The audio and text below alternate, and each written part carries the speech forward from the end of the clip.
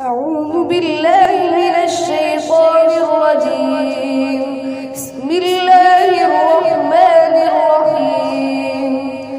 إن للمتقين مفازا حدائق وأعنابا وكواعب أترابا وكأسا دهاقا لا يسمعون فيها لغوا ولا كذابا جزاء